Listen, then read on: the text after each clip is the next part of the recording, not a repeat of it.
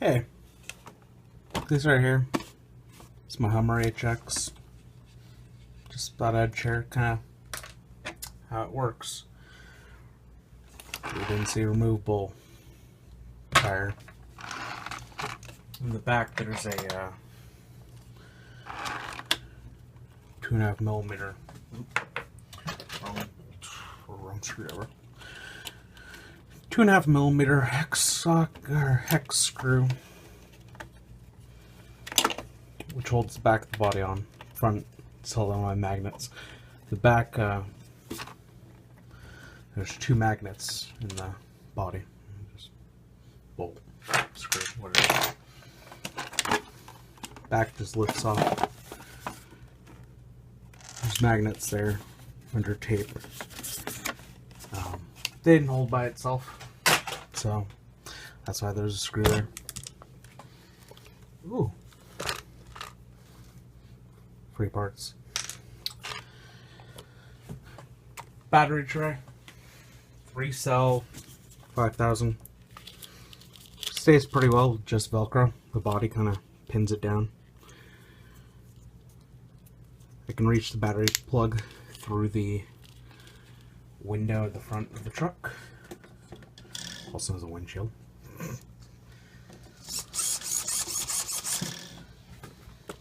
Bluebird waterproof servo.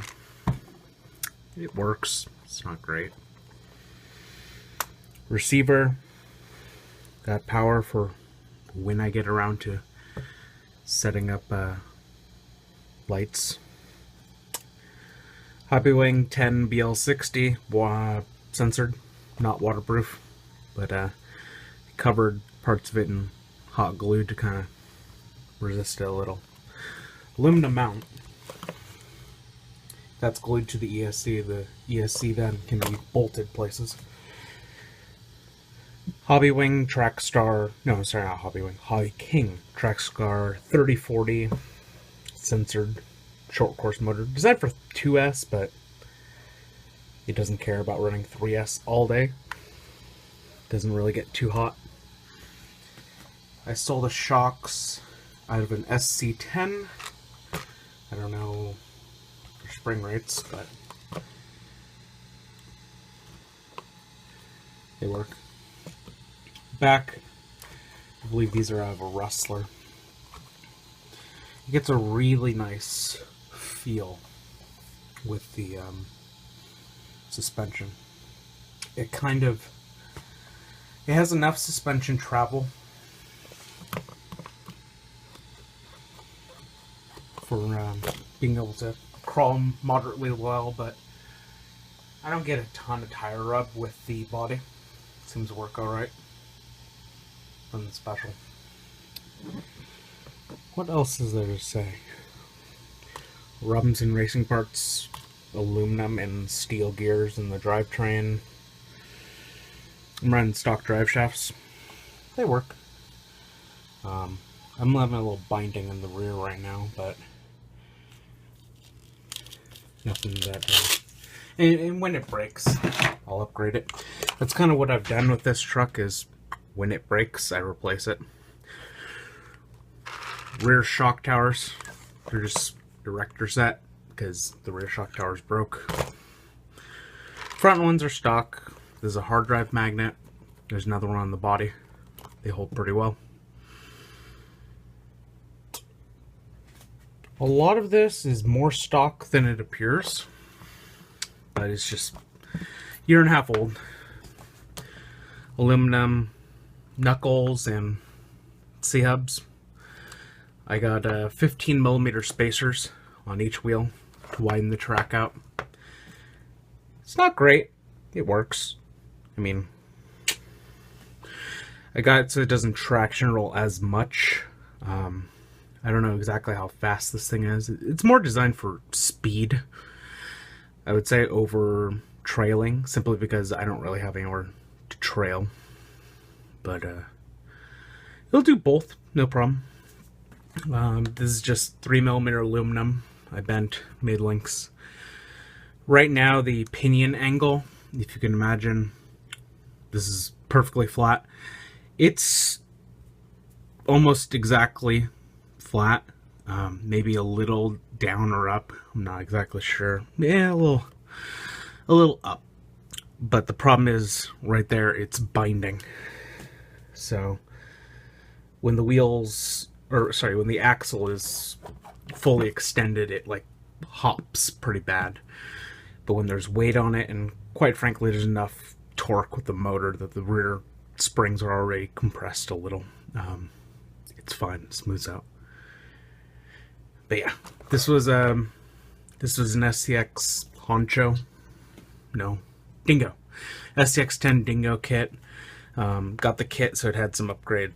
These are just what came in the box, and oh, this is threaded rod, 8/32. I want to say, just whatever Home Depot had.